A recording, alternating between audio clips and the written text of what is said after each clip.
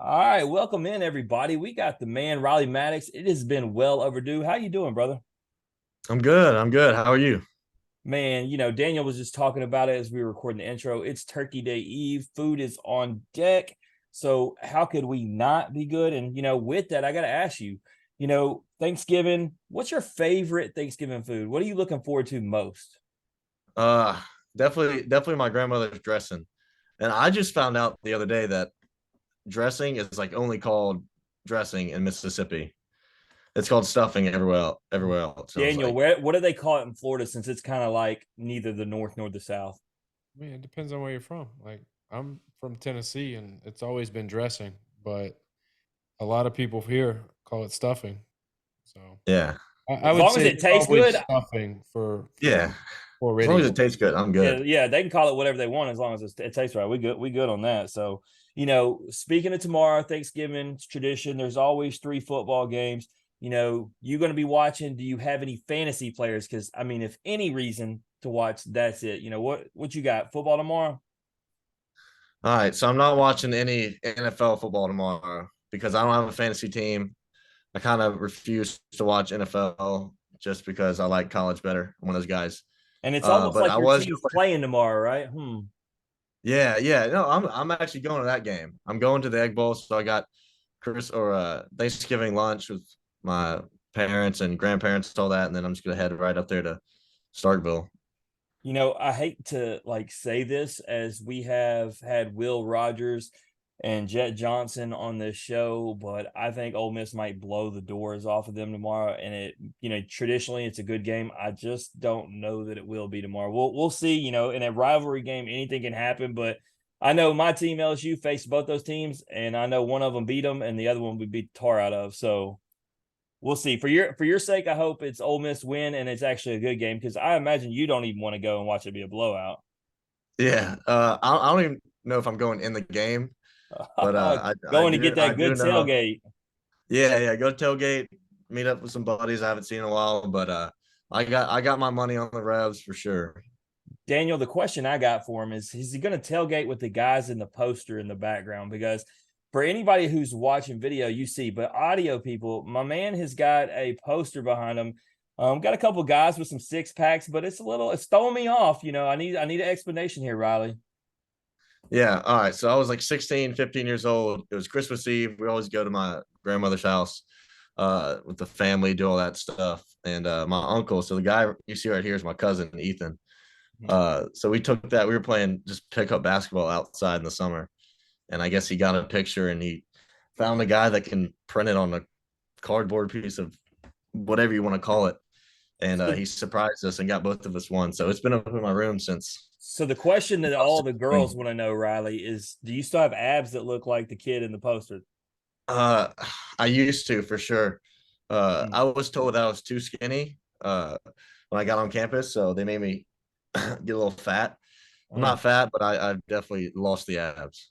Daniel, do you hear him blaming the nutritionist on losing his six pack? Yeah, Like, you, that's unbelievable, man.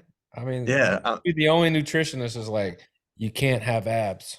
I don't believe him because I saw the Omaha Challenge pics and most of them dudes had their shirts off and there was a lot of six packs there. So I don't know if he was one of them, but I think he's fronting a little bit. yeah. Here's what I will tell you is out of all the sports, all right, baseball is one of the sports where there's less abs than any other sport. Yeah. It's where you They can be say like, go ahead. we need a lot of body fat for recovery. That's what they tell us. So It's a I mean, sport where you can look like Bartolo Colon and get yeah, away with you it. can be 300 pounds and throw 98. Massive Miguel cast Miguel is what they tell Cabrera and Bartolo Colon. It me. was like the pitching ninja does those where you can just see the figure of it and they pitch Oh, and they you don't know guess the it's pitchers. Yeah, and you could tell when it was CC Sabathia the other day. It was like clear as day. yeah, no kid. All right, so this is we brought this back around. We hadn't asked this in a while, and I wanted to ask you, what's your favorite baseball movie? Oh, Major League, no doubt. Oh, Daniel, Charlie Sheen and yeah, all them. that is that I is think it's his the most movie. accurate one.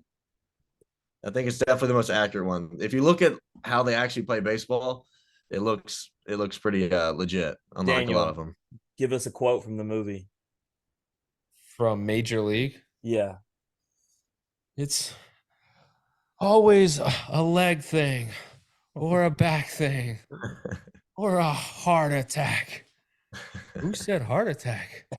Me. That's Major Yeah. League too. Yeah, that's Yeah. Major League too. Yeah. Daniel loves the major leagues. I'm a more kid baseball movie. I'm Sandlot Rookie of the Year type. And so, but Daniel's like you. Solid. All right. This one is the last one for the icebreaker. Important question. You know, growing up, favorite athlete. Who was that, guy for you? Favorite athlete. I always love, like in football, I always loved Drew Brees because I was a Saints fan. I was a quarterback. I loved him. Baseball, I don't know. I feel like I didn't watch a lot of Major League Baseball when I was younger as much as I should have. Um, I liked really anyone from the Braves. I like Greg Maddox. I know I didn't get to watch him when I was I guess younger, but I always loved the way he pitched, and still to this day I love the way he Do pitches. people ask if you're related to him? Yeah, so you know that Swayze Crazy's Facebook page. I know you're in Right. it. One of the guys said on there when I committed, he was like, "This is Greg Maddox's nephew," and I was like, Take it and "It's run spelled with it. differently." Take Yeah, it and run it's with spelled it. differently, but they don't know, but whatever makes them feel better. What's crazy is you said Drew Brees. Did you see the news that came out today? How is this Something about news? his hand. How is this news? I saw something about. Are you talking about his hand, like he's not being able to throw or something like that? His shoulder. He's not able to throw, which is not surprised because he was declining so bad his last couple of seasons to where, that's why he was just throwing really underneath stuff, quick slant stuff, couldn't throw the ball downfield. So the fact that he's throwing his arm basically out is not a surprise, but it's just, you hate reading it. As me and you being Saints guys, you read and you see Drew Brees can no longer like throw a football. It just makes you sad. Yeah, it's pretty unbelievable that like quarterbacks like that have arm problems because usually you don't hear about it. Like arm problems aren't a quarterback thing, except like Josh Allen like tore his UCL like hitting somebody, unless it's like a freak accident like that. But usually like a shoulder injury is uncommon for football. Daniel, you think think about it. He threw a million plus passes. Yeah. Got to be some wear and tear. DB, you're into all this science stuff.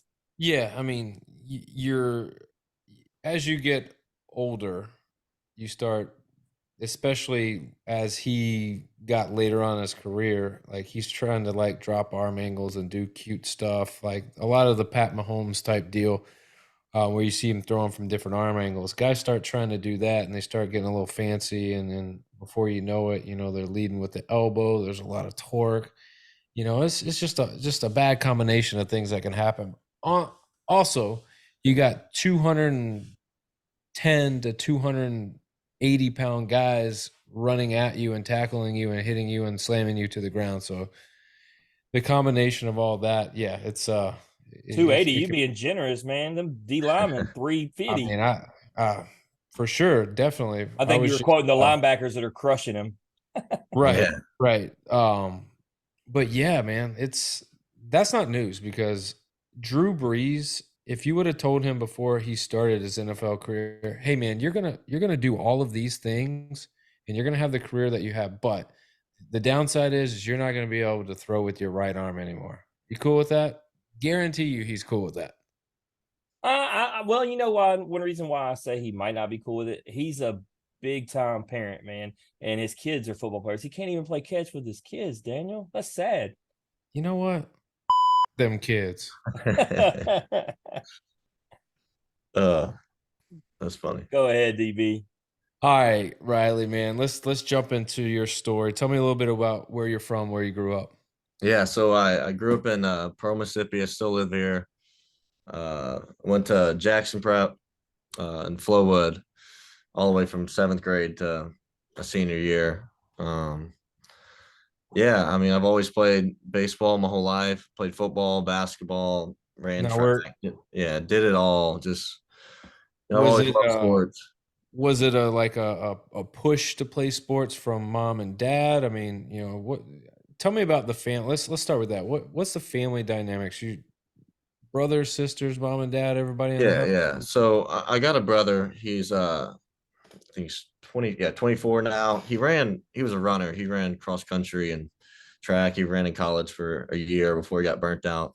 My mom was like a triathlete, just Ironman. It's just a freak athlete when it came to that. And my dad played football in college, in some JUCO, Mississippi. Played quarterback, and then he played safety a little bit. But yeah, my parents used to tell me I always had a ball in my hand growing up. So I think I was just kind of naturally drawn to it. And I'd played t-ball like everyone else, played soccer, to stay in shape. And I kind of just ran with it when other kids didn't. I just kept with it. Mom's got to be the best athlete. If you put everybody in their prime, she's got to be the best athlete, right? Overall athlete, yeah. Yeah. When it comes to endurance, everything, yeah, she's got us. I mean, Ironman, triathlete, man, Yeah. those are tough, man. Rigorous, beat your body up, man. That's shout out to her. That's good Yeah. stuff. Does she still do any of that now?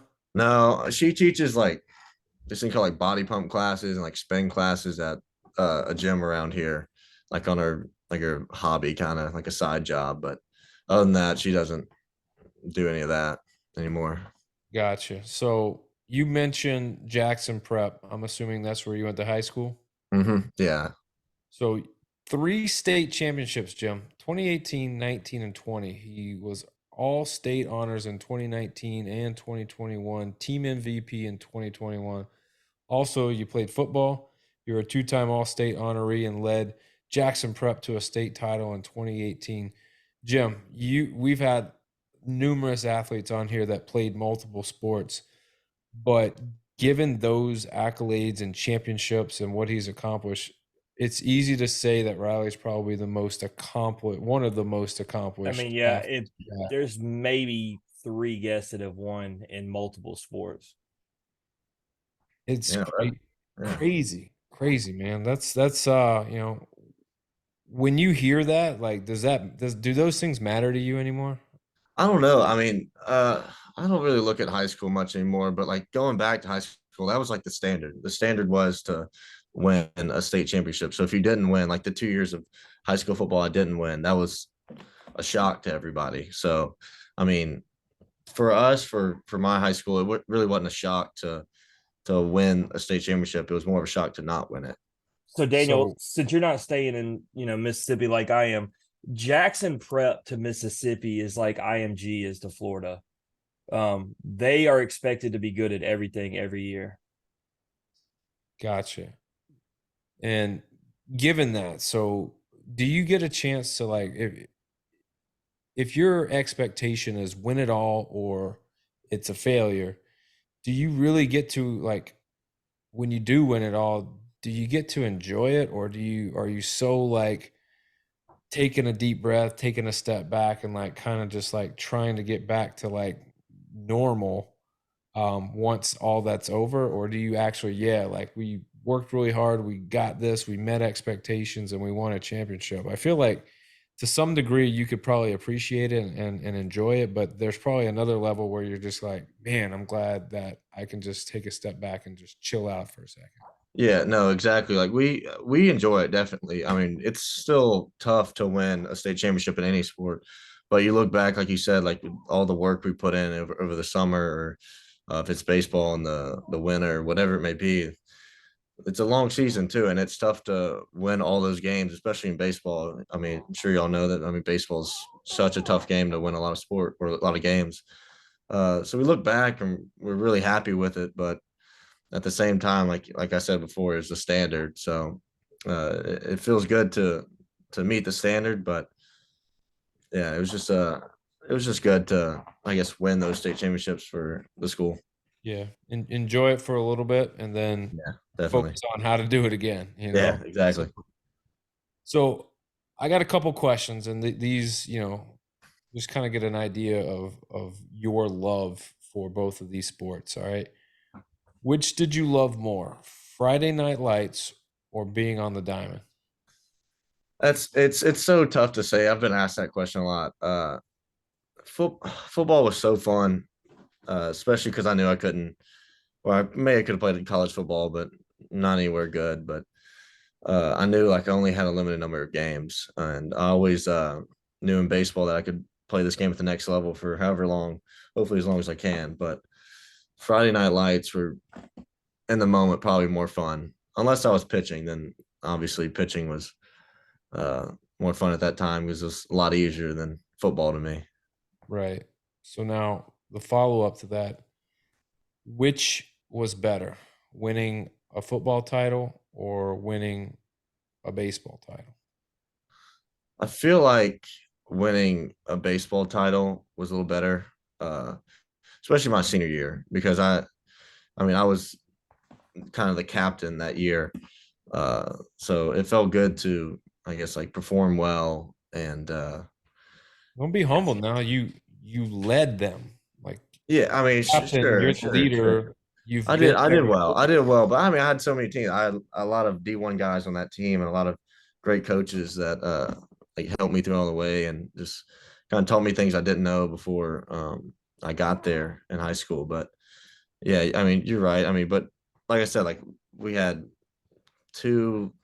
one guy going to state, two guys going to La Tech, uh, Ole Miss, another state guy actually, just and then some more that just graduated going like to South Alabama and all these JUCOs and just ULM. Just we were loaded with talent. So to say it was just or to me that I led them, it's really tough to say that. That team Well, was stacked, Daniel. Yeah. clearly because you know I had the opportunity, believe it or not. Jim asked me to go online and watch a broadcast he was doing of you pitching and you were going against Brady Tiger. Mhm. It was at DeSoto Central, and Jim asked me, he goes, "What do you think about these two guys?" And I remember this clearly. I said, "I don't know what the longevity is or what the prediction is or what might happen, a few years from now, but I'll tell you those two guys are champions in high school. They're going to be champions in college, and they have a future that could lead them to making money doing this." And that was just sight unseen for the first time watching you guys pitch and battle it out. So I'll ask you, did you ever expect that going from that moment being one of the top pitchers going against a Brady Tiger, who was one of the top pitchers, not just in the state, but in the country, to pitching on the biggest stage in Omaha? Yeah. It's tough to say. I always told my coaches that were state fans actually that we were going to go to Omaha this year or that year, and we had the talent to win for sure. But actually, I unfortunately didn't get to pitch in Omaha because that was right after I had Tommy John. But still, to participate in that team and like pitch 20 something innings that year before I got hurt was pretty big because you look back and every game mattered. If we had lost one game where we won, we probably wouldn't have gotten in. So I look at it that way rather than just Well, there's I didn't get there's to some pitch or people out anything. there that say you shouldn't have been in. Yeah. Well, hey, proved them wrong, I guess. I mean, nothing. Hey, Ring. but hey, Very true. before we get to there, Daniel, I want to say this. I'm not me though, not me. Yeah, yeah, yeah. I definitely never NC State could. should have been in, but I'm Yeah. good with it because I picked Ole Miss to win preseason, so all I did was end up being right. But Yeah. here's the thing, Riley. I told Daniel in real time because not even just that game, but the next game is Mason Nichols, against Bradley Lofton and Brock Tapper, right? So two Mississippi State and Ole Miss, and then later in the year, I see the best pitching showdown I've ever seen between your teammate Hunter Elliott and Brady Tiger, where they had 29 Ks combined, only one hit, one walk. Like in Mississippi that year, I mean, what a blessing to anybody who's going to high school baseball games because y'all were elite. And Daniel may not remember saying this to me. He was watching that broadcast and the one at DC as well. And he said that the umpire was even getting pitch balls and strikes wrong because he said he didn't think he was qualified to call the filth that y'all threw. Remember that, Daniel? I was watching balls drop top to bottom, like just falling off the table and moving. Like it was for a high school arm to do the things that I was watching, and I was like, man, is my computer lagging? Like it's it's just moving, it's jumping. But no, yeah, you guys were getting after it, man, and it was clear to me for sure. Yeah, we definitely had a loaded class. I remember always checking on like Twitter and like PBR Mississippi post Brady Tigert or Hunter Elliott, somebody just going crazy that day. But speaking of those zones at umpire, I wish we still had those zones. The college zones are a lot tighter. So I he mean, knows exactly get, what you were saying, Daniel. yeah, you could get 3 balls off in high school. Now you can't even get a ball off. So Oh man, that's where yeah, you it's used a to little live, tougher. dude. In high school, they used to tell you you can get outs by throwing 3 balls off, but if you wanted to win championships, you had to be able to throw in. Mm-hmm. But when you throw 92 to Yeah. 96, it don't matter. Yeah, Doesn't matter. I came to college and I mean I had a changeup, but I never needed to throw it in high school. And like I found out that I had a really good changeup. And they're like, "You not throw this in high school?" I was like, "Never needed to. I just threw too hard." Blow smoke. Yeah, it's just Well, all well, you had to here do was here throw was the hard. thing during that game between Hunter and Brady. Hunter having 15 Ks, Brady having 14.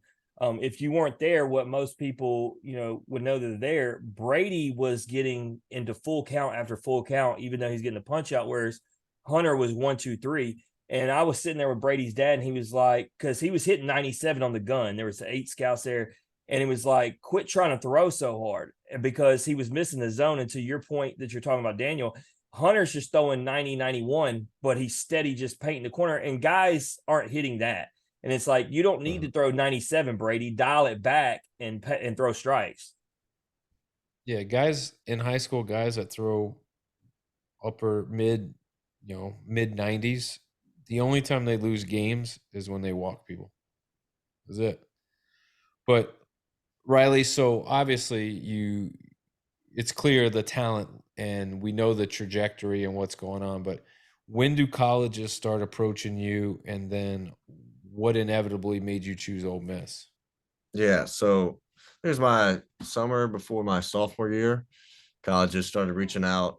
Ole Miss was, I think, the second. Tulane was the first, and then some schools kind of just kept trickling in. But I didn't really get really recruited until the summer before my junior year. Where, if y'all remember who Nick Bitsko was, he was a freak. He was like 16 years old, like 95, 97, and he was pitching in Lake Point.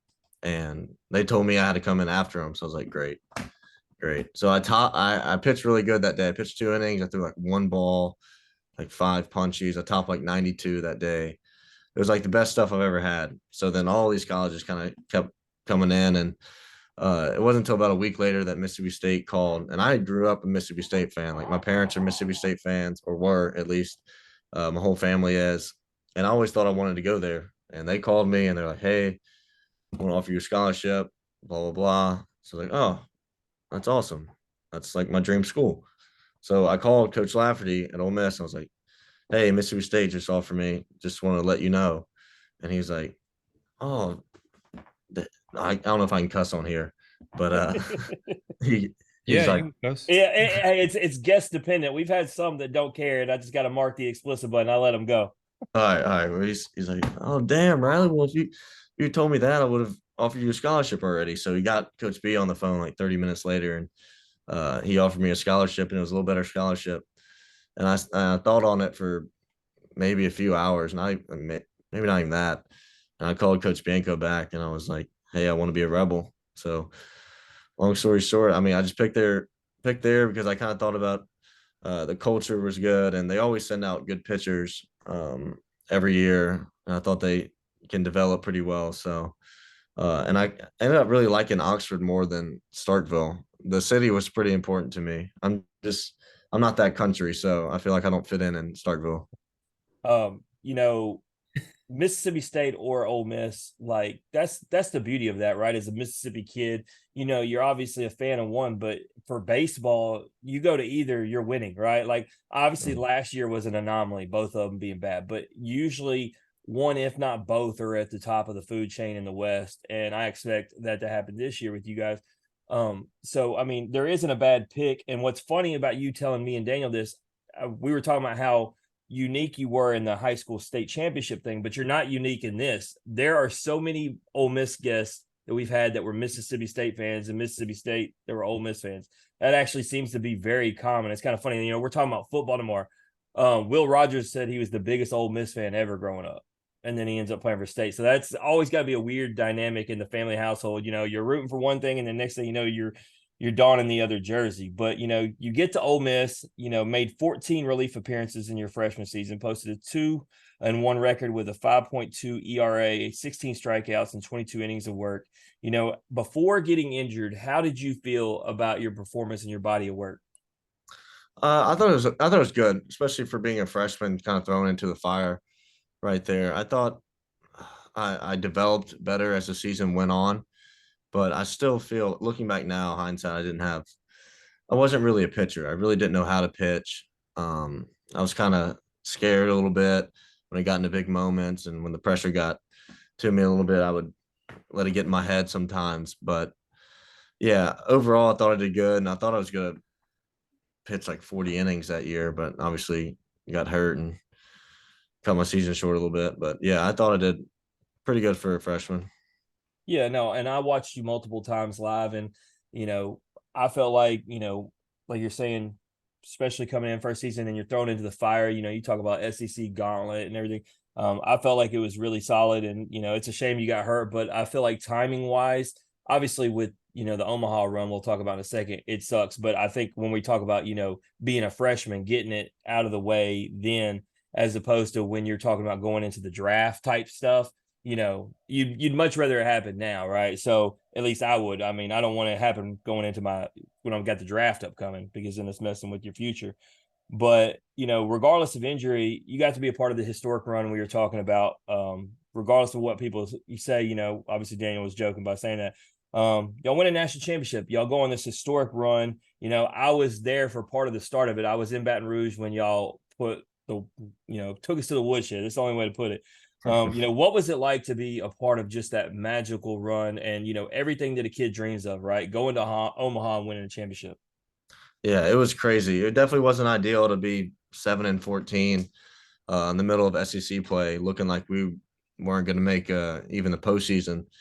But I'm sure you've heard it on so many people talking about like belief. We just had this belief within each other, and Tim was a great captain that year, great leader, and just kept leading us the whole way. Just, hey, believe, trust the process, trust the system. We'll get out of this hole. And as you saw, like, we kept winning games. We were sweeping people. We had a big sweep in LSU. Sorry, but we had to. Then A&M, we won one game. We needed to win another one. We didn't win it. We got to the SEC tournament. We're like, all right, if we win one game, we're for sure in. Lost to Vandy at 1 o'clock in the morning, so we didn't know what our fate was. And going back and on Memorial Day, whenever the selection day was, hearing our name call was pretty cool. And then we just thought to ourselves, it's a new season. All that stuff's in the past. We don't have that record behind us, that 30-20 record, whatever it was. It's 0-0 now. So we went down to Miami, kicked some butt, and went to Southern Miss. And thank God it was Southern. We didn't want to play LSU. When we saw Southern beat LSU, we were what? He's getting a lot of credit now, but Daniel will tell you how much I will cuss bitch to him in real time. Jay Johnson absolutely cost us that series with his decision making. It's a good thing he redeemed himself the next year. Yeah, no kidding. But yeah, we went to Southern. We swept at Southern and got to Omaha, and we were just hot. I mean, we just were rolling. I mean, we were hitting, we were pitching.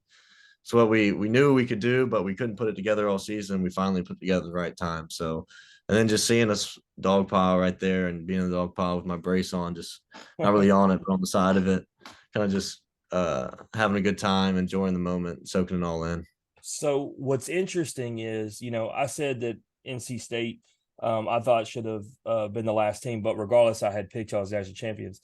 So I tell people that Ole Miss wasn't a Cinderella team. I picked them preseason because I went to all the fall ball and watched y'all, and I felt like when you looked at veteran leadership, when you looked at that batting lineup, probably about the only thing I couldn't have predicted in the fall was Dylan DeLucia was going to be that dude, right? Yeah. Like, because he wasn't that dude at that time. But I tell people it's not a Cinderella story because basically their talent came to fruition, right? Like y'all brought what y'all were supposed to be doing when you were ranked number one. So a Cinderella story is a team that does it that's not supposed to do it. Y'all had this talent, y'all just had to dig deep, and and I think it's with what you said, right? That moment that it becomes new season, right? And you talk about the leaders, Elk on everybody saying everything that happened in the past doesn't matter. And so now you are that team that's talented. You have that confidence. It's completely new. And then y'all just ran with it. And like I said, DeLucia was lights out, batting lineup, absolutely doing everything. Brandon Johnson, all that, Hunter Elliott.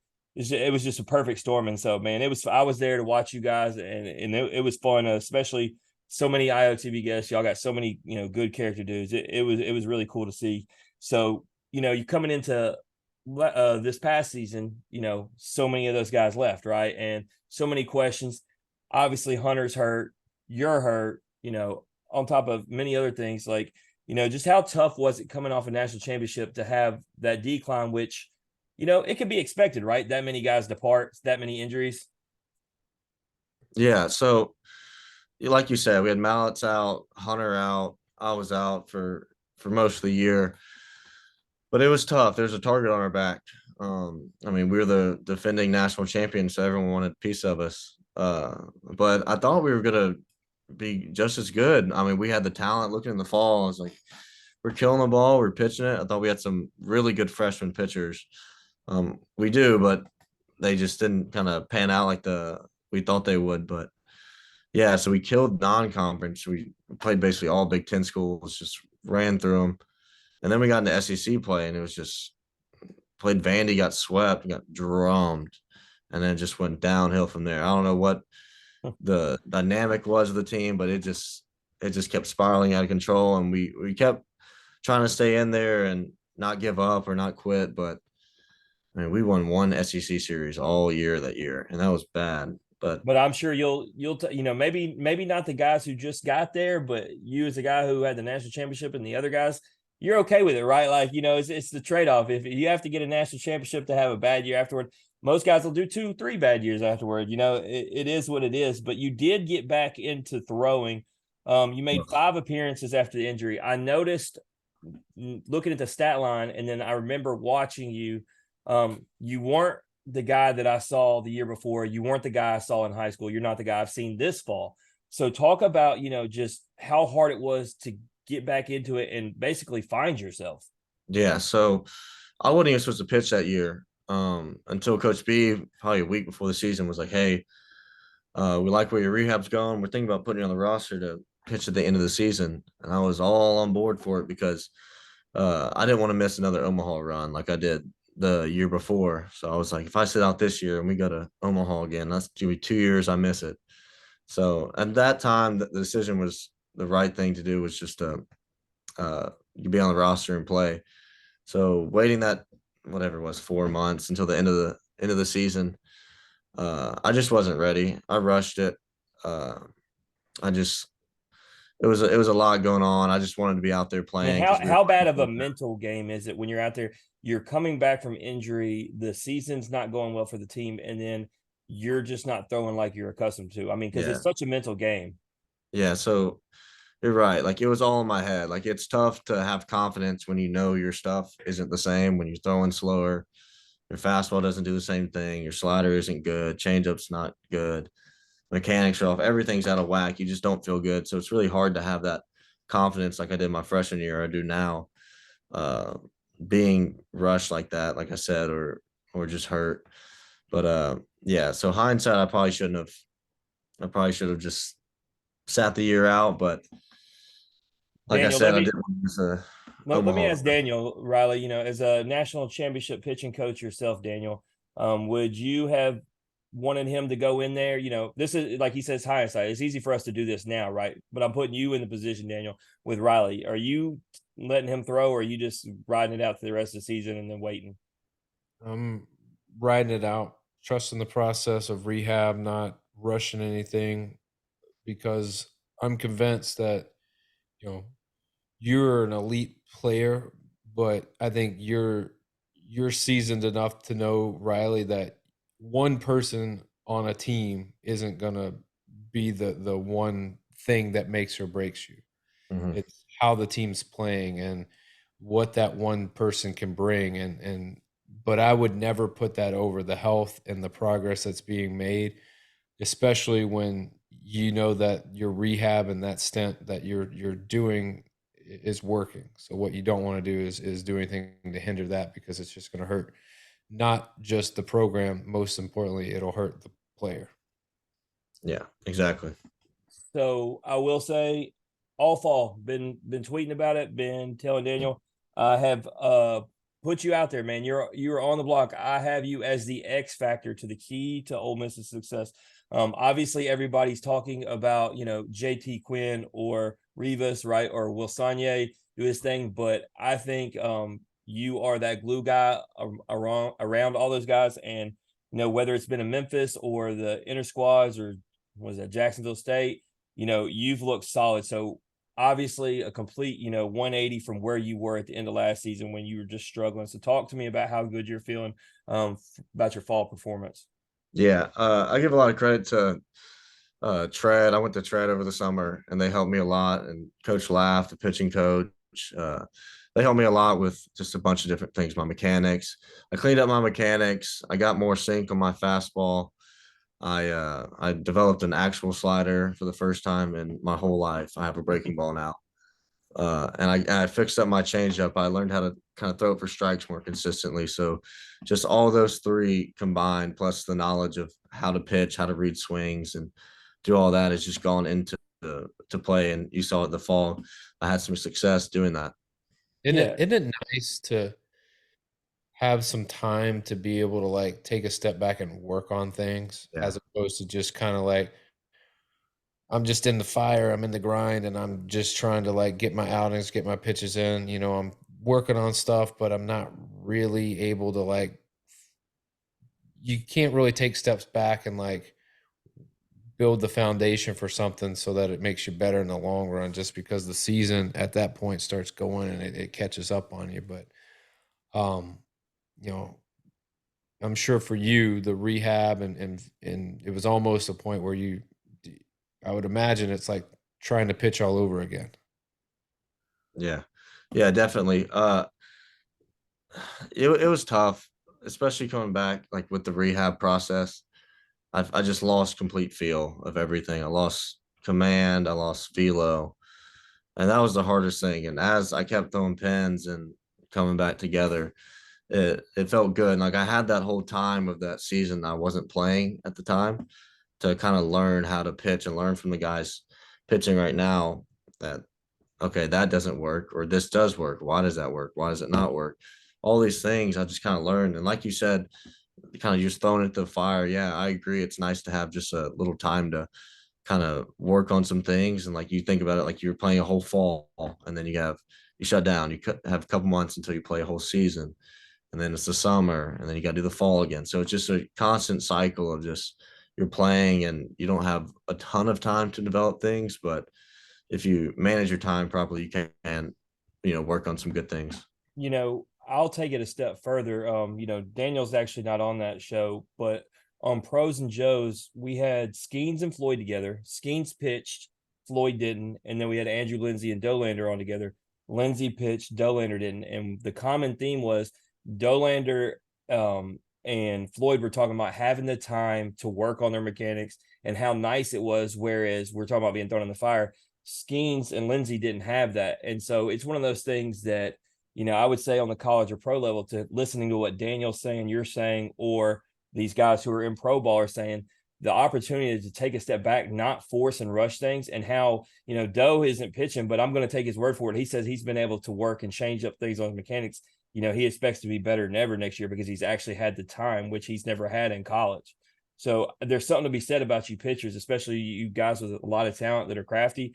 When you get that extra time to rest up, work on things, figure things out, what can happen on the other side. Yeah, definitely. No doubt. So the question that the listeners are wanting to know, that I'm wanting to know, is it, a possibility of being a starter this year, or are you going to stay a bullpen guy? So that's obviously the goal, to be a starter this year.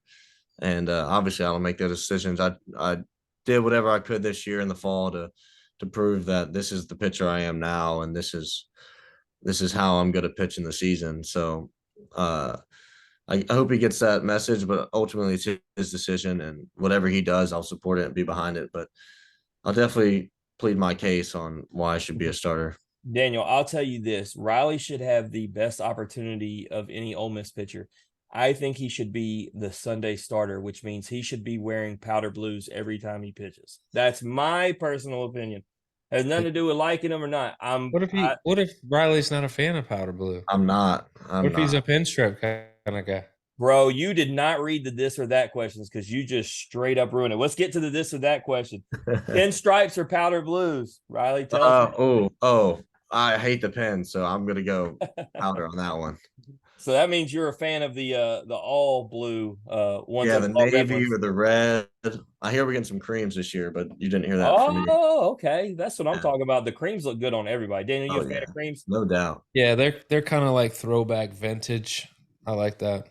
They're nice. Nice, no doubt. Well, the last question I got for you, and we'll play this game of this or that. As a pitcher, you get to face the guys in the batting lineup. Obviously, I'm out there, but not everybody else is. So, man, talk about some of the guys that have impressed you from the batting lineup. I know you could probably talk about your whole team. That's not what I'm asking you to do. Just give me 2-3 guys that you just really expect big seasons from.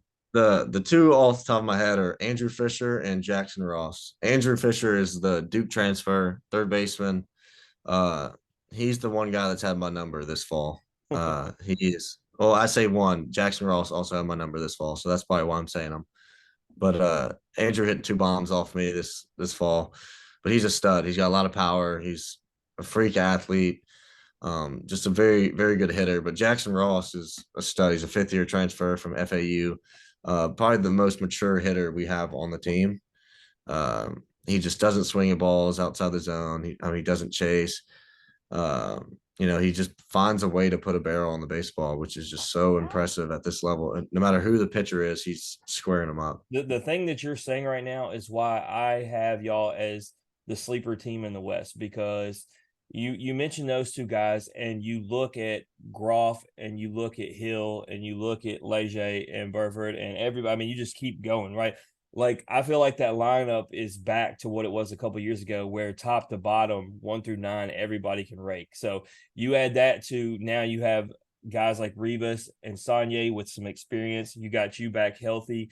I feel like big things are on deck. Like, it's for me, I've hurt some Mississippi State feelings, fans, but I feel like it's Arkansas, LSU, and Ole Miss, and everybody else is going to be fighting for 4th down. Yeah.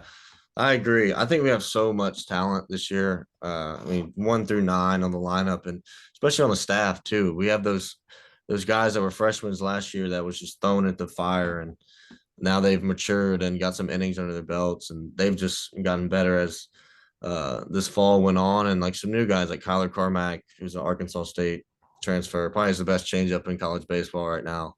Liam Doyle, Coastal Carolina transfer, stud transfer. Or freshman Wes Mendez. We just got so many guys, so much depth on the pitching staff, especially, and it's always been seem to be the theme lately with Ole Miss is that we can't pitch as well as we hit, but I think it might be opposite this year. We're definitely going to be ready to see what happens, man. It's a redemption year, obviously. You need to. They let me down in Hawaii, Daniel. I swear to God. We got you there. You gonna be quite all right. I'm sure. We'll be all right. But I can make it sound bad. It sound bad. Look, we're even going to interview a couple Hawaii players just so I have a little something knowledge on the other team, so I'm not just going in there blind.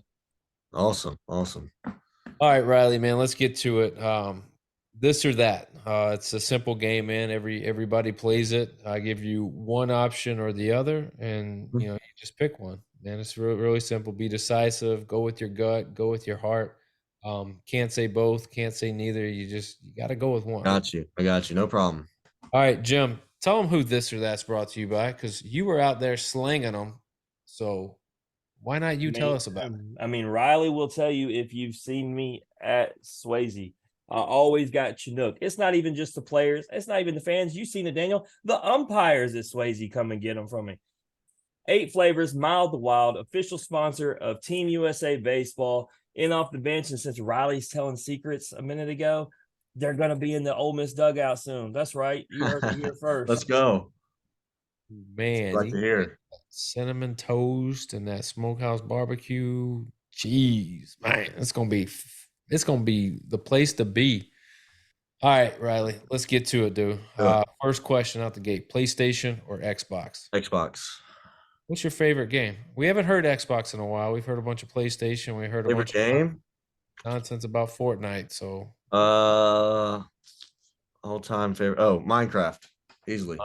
Minecraft. Oh, yeah. That's We have Greatest game of all time. we have had an Xbox on Pros and Joes, and I'll let it slide because he is who he is. Daniel Landon Sims is an Xbox guy, and he's a Fortnite guy. To your point, wow, Good pitcher. do you know Daniel? He said he never played video games until he got to pro ball, and then he had the extra time on his hands, so he started playing. Yeah, of course. You got to fill it with something. If not, you're going to get yourself in trouble. So, Riley, who hits better bombs? Tim Elko or Kemp Alderman? Oh man. Kemp Alderman, just because he hits it 500 feet. That's tough though. Who takes longer to get around the bases? Tim Elko or Tim Elko? That's another one. Probably Tim Elko post ACL surgery. I mean, I'll tell you this: you don't have to hit. You don't have to get around the bases with speed if you hit it over the wall. But I borderline, and Tim's a great dude. We've had him on before, but I told him this. I was like, dude, like you make me hurt for you when you're just trotting around the bases. So well, to Riley's point, Alderman's is still in the orbit when he's rounding third. Yeah, no kidding. I saw him hit a ball at Alabama my freshman year that went over that big tree we have in left field by the scoreboard. I mean, it went over there and TrackMan stopped reading it because it went so far.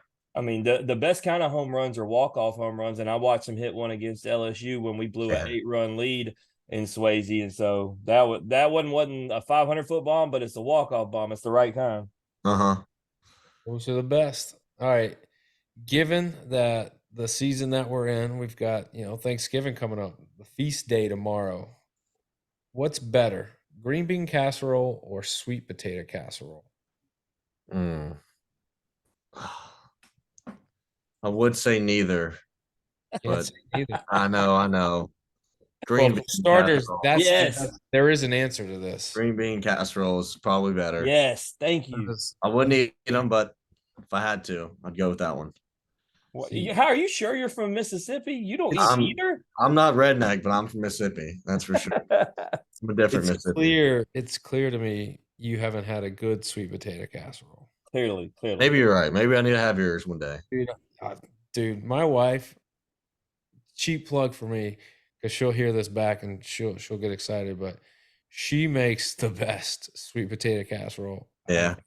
Yes, it is. And I'll throw my sister's it's all kinds of brown sugar, pecans, butter, like it's good. All right, Daniel. So I got the combination. We need to get together. My sister, because I don't cook, needs to bring the green bean casserole. Your wife needs to bring the sweet potato. Let's rock. Yeah, let's do it. We'll have a cast off where we that's casserole. All right, Riley. If your team played a game of Survivor, right? And the reason I ask this because we've created this in off the bench game of Survivor that'll start with the start of regular season for college baseball. But anyhow, you're familiar probably at this point with the game of Survivor on TV. If you were on the game of Survivor with your team, who would win? Would it be you or someone else? I'm not going to win that, to be honest. You're not a redneck. We've established that. I mean, I can probably last a few days out there, but oh man. So who would win? Who on the team would win? Who do you think? So you got to be able to obviously have some physical attributes. You got to have some mental capabilities. You got to have a social game. You got to be well balanced in it all. You got to be deceptive. You got to be able to lie, cheat, steal, tell the truth. I'm trying to think who Luke Hill picked on Monday. Don't reveal if you remember. I can't remember who Luke. I'm probably gonna go with Andrew Fisher. He's a big guy. He's very personable. He is from Jersey though, so I don't know how he'll do in the woods, but Daniel, how do we make this happen? How do we get a ball team out on a Survivor Island? yeah, we need to make that happen. So I guess first we've gotta find the island. Yeah. I mean, you ain't got a connection with Jeff Probst. You can't call him, but look, Jeff, we got an idea. I'll be Dude, like, think how many hey, people would tune into that though, for real. If you put a team of any sorts, right, like out there together and see who can win, and that's ultimate bragging rights. Like it's like fantasy, right? Like you could not even, Riley says he don't care about NFL football, but you want to win fantasy because you want to have bragging rights over your boys. Imagine surviving the island the longest of the whole team. Yeah, that'd be sick. I agree. I think a lot of people would watch that. We essentially do stuff like Survivor. It's called the Omaha Challenge, and it's pretty rough. But Yeah, yeah, I'm a little disappointed in you. I remember seeing you on more first place things a couple years ago. What happened? I'm a vet now. I've done my Omaha Challenge. I'll try to come top 10. That's me. His freshman year, Daniel, he was at the top of the leaderboard for everything. This year, he wasn't up there. Man, taking the time. I was eighth. I was eighth. Come on now. Who won this? Judd Udemark. He's a freak. Actually, that now- may be my Survivor pick. I take that back. It's Judd Udemark. That was who Luke Hill said. Now that you, Yeah, Judd Udemark. that's Yeah, who Luke said. So I totally forgot about him.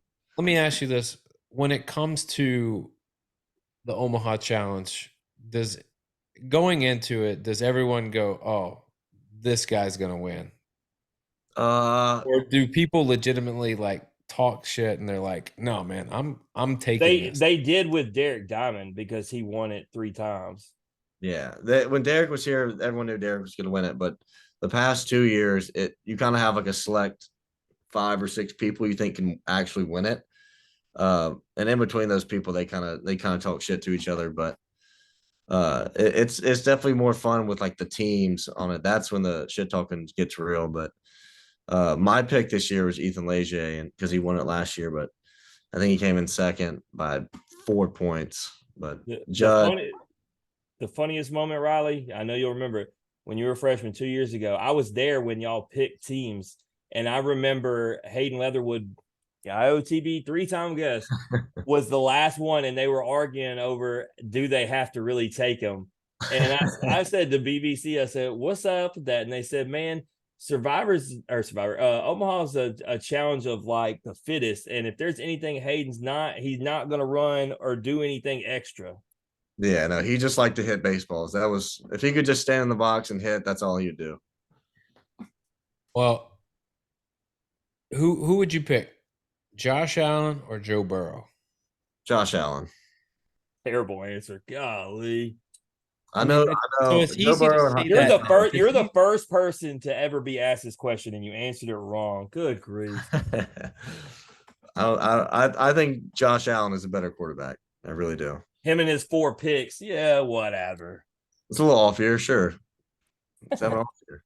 I mean, neither one of them have won a championship, even though Joe Burrow's come closer. But okay, that's all right. That's fair.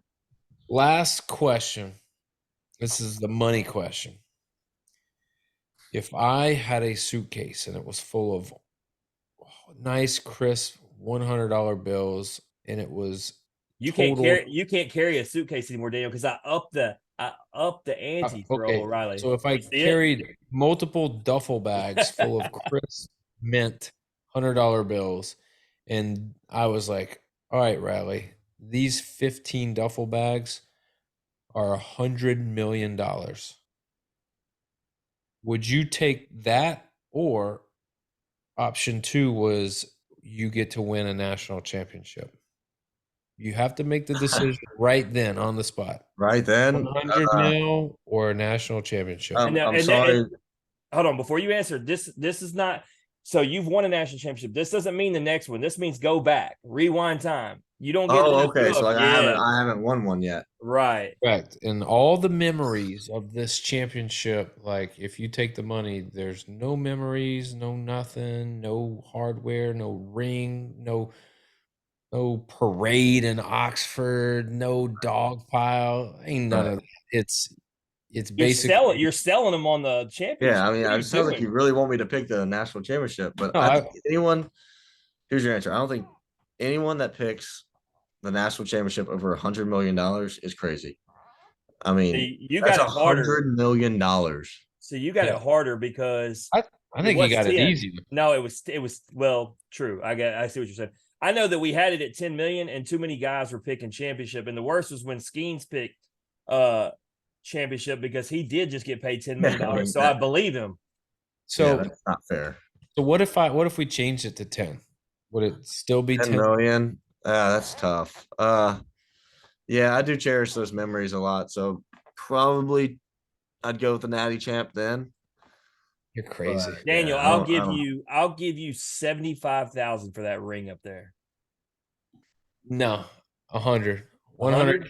That's you all it can takes. take it. And You can take What it. ring can I is have that? can I have the memories? That's his when he was pitching coach national championship at University of You can Tampa. have it for Oh, 100K. no way. It's all yours. Yeah. I got one too, I think. I know. Oh, Yours. look at him flexing on it. No, Kinda. you shouldn't show yours because I'm still upset with Ole Miss. Why is it not red for the letters like LSU's letters are purple? What are y'all doing? I I actually heard the story. I found out how that got messed up. think it was Coach B doing I'm not too sure. I've actually heard I heard it wasn't on Coach B. I heard I'm not even gonna throw anybody on the bus. There was a miscommunication with somebody in the department. I'll say that it wasn't finalized on what the decision was. I actually found this out just really? recently, which makes sense because every other ring has the color pop on it. And so whether y'all use red or blue, it doesn't make sense because those things are beautiful. I've held it, I've wore it. It's actually Derek Diamond, ironically, because it's diamond ring. But not being able to have that pop of Ole Miss's words, man, it drives me nuts. Yeah, it's I feel like they missed one on that. I remember getting the rings and super pumped. I looked at it, I was like, yeah, we got the ring, but I was like, it could be a little better. I mean, it sounds selfish and arrogant, but I was looking at it, I was like, Daniel, at least he has his on at least he has his on his dresser with pride. How many guests we had like digging through a box trying to find it? And they're like, I think it's in here somewhere. Dylan DeLucia said his most outstanding player trophy is in his mom's garage in a box. Guys are like, I would take this championship ring over $10 million, but I can't find it. Oh. No, it's but here's the thing, Jim. It's and Riley can probably attest to this. It's great to have this ring, but like you really, it's big and it's kind of like it's more of a status thing, and like you don't wear it, like you just don't. Have you ever wore it outside of like a baseball event? No. Well, I have. I've wore it to, depending on the event, like if it's like a fancy like kind of get together or like it is a like alumni event or something like that, then yeah, you wear your What ring. about you, Riley? Yeah, we have this thing called like Rebel Choice Awards every year where they give awards to like the teams for different things. So we kind of dress up nice for that. I'll wear it then, but do me a favor. I think school related. Flex it tomorrow at Thanksgiving for me at the table. Do me a Should sign. I bring it to the Egg Bowl? Yes, absolutely. Wear it in the student section. I want you to be the mashed potato guy and just put it on and just like well, hold on, Daniel. Daniel, Before we talk him into this, like I don't want him to get mugged in the parking lot either for that thing. Yeah, that's spicy. I mean, I got the ring on though. You So think Riley he 96 miles an hour, and dude. he ain't little. He's tall and broad. I actually think he can handle himself, especially like Riley saying, if you have the ring on, you dot the I's with that bad boy. It's curtains. Plus he had Tommy John, so he's coming back in way better shape than he was. Isn't that crazy? But isn't that crazy, Riley? Like probably when you were a kid, like Tommy John surgery was like this thing that it was devastating. Now it's like, okay, it's almost this inevitability if you are a big time pitcher. But like guys are coming back able to throw and like nothing ever happened. I always say it's not when you have or not if you have it, it's when you have it. I mean, it's like an epidemic now. Y'all two are linked forever because Daniel says the same thing verbatim. Yeah. Well, I mean, he's right. I mean, you look at it now, people are just throwing harder than they ever have, and your body's really not supposed to, I mean, hold that workload for or that high intensity. So, I mean, it makes sense that more elbows are blowing out. But yeah, like you said, we go back to your high school, right? Like Daniel was saying, guys didn't used to throw like y'all are throwing, man. Y'all are throwing harder than ever. Well, yeah, technology is different. Training is different. Everyone's sports specific now. There's less people like playing multiple sports, and like it's all, no matter where you're at in the country, it's almost all become year round. So like, yeah, it's like an inevitability. Yeah, 100%. He's I mean, definitely people he's aren't. definitely wise. I like the wisdom that you carry, Riley. Yeah. Thank you. That's why he's the trusty vet these days. No, The that's X Factor here's the is. question, Daniel. Is he in study hall like most of the Ole Miss guests? All right. I got. Oh no. I'm not supposed to be in study hall, but I had a bad grade at the start of the year. Like the first 3 weeks, I had like a F in the class. Can I stop you? Go You ahead. can't like you can't follow up your "I'm not supposed to be in study hall" by immediately saying I got a bad grade. Like, yes, then you should be in study hall. It really wasn't my fault. I missed a couple assignments because they were hidden. But Oh yeah, Lord, I got some zeros in you, there, and you sound like my 6-year-old. Daniel, it wasn't my fault. But I I got think put in study hall. only Gonzo and Elko were the only ones that weren't attending study hall when they came on here. Yeah, I mean, I wasn't supposed to have it. And I got put in 4 hours after that. But have they told you what we do if we get zeros? Mm-mm.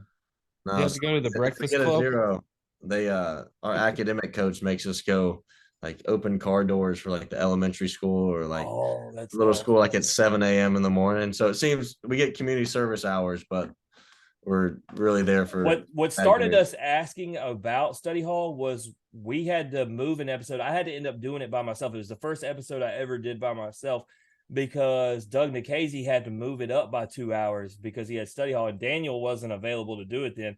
And Daniel was like, "What the hell, study hall?" And Doug's like, "Yeah, same thing you did. Made a bad grade, and Coach B said he had to go."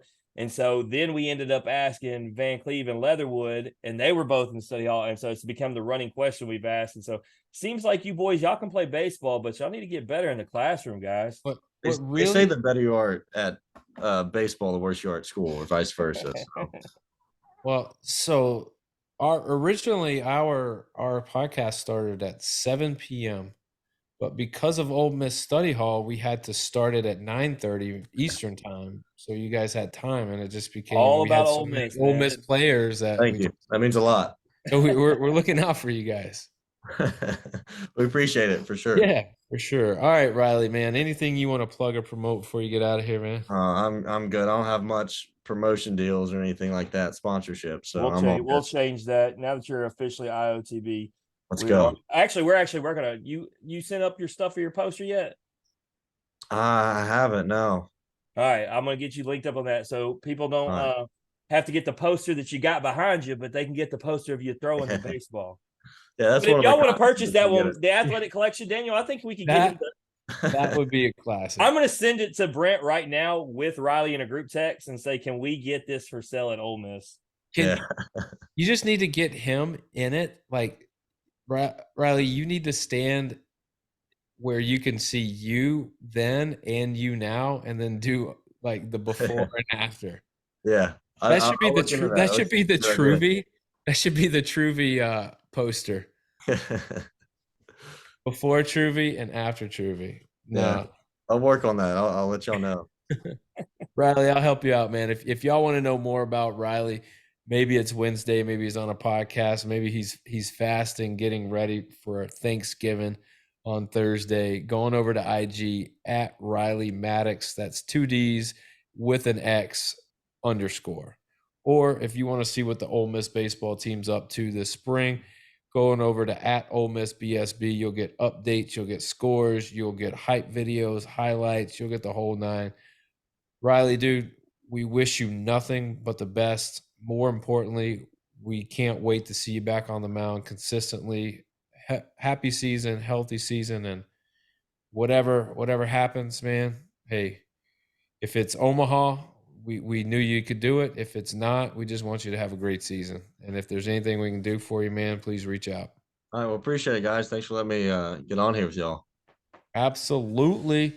That's Riley Maddox, everybody. If you like hearing Riley's story, or you just like hearing us average Joes talk X's and O's, please like and share the podcast on Facebook, retweet us on Twitter, listen and subscribe on Apple Podcasts, Spotify, and Anchor. As always, comments, ratings, feedback, thumbs up, hearts, hugs, love. We'll take it all. And we'll see everyone next week. We got episode 39 coming at you where Chad, Big Daddy Storm, Martin, and I will be talking wrestling. We got to unpack Survivor Series. We got to unpack AEW Full Gear. We got to do it all. You'll get more on Bluff City Wrestling this week than you've had in the past wrestling episodes. And I know that there have been people out there asking for what's next? What's next with Bluff City Wrestling? Well, you don't have to wait much longer. Monday, you're going to find Daniel, out. throw in the hot corner in there while you're there. The hot corner. Jim, you know the schedule. It's been up and down. So you tell me when the hot corner is, because I know that Alex and AJ, they've got a full slate of guests. But times and dates, what are we looking at?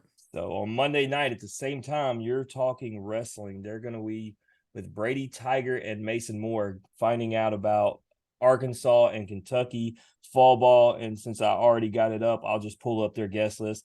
The next week, they have Dakota Jordan and Colby Branch.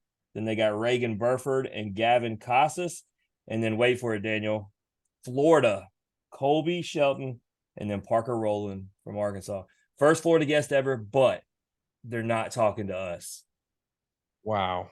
I finally broke 3.5 years. I finally allowed a Florida guest, but it's not with us.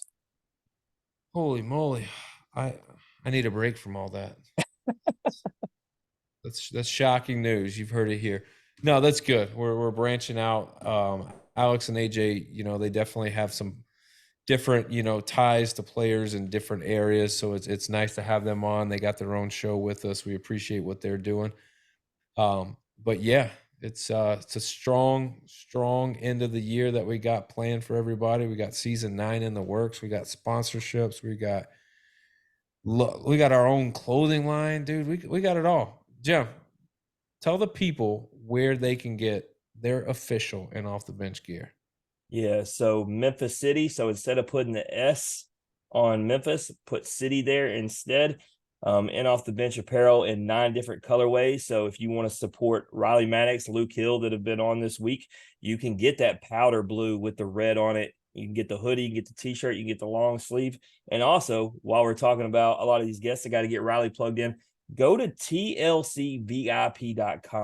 We are changing the game for college athletics. We have more than 50 guests, Daniel, who have signed up. And what we're doing is setting up the NIL in a different process. People can sponsor and donate for an athlete to us directly, and then in off the bench will handle the NIL side of it. So let me get this right. If I'm a fan and my player is part of the Truvy lineup, I can go to the website and I can click on their profile and I can buy products and it sends NIL through us to them. Sends it to us, and then we will cut the official NIL check. We'll do the paperwork. We'll make it easy. All you got to do is just donate.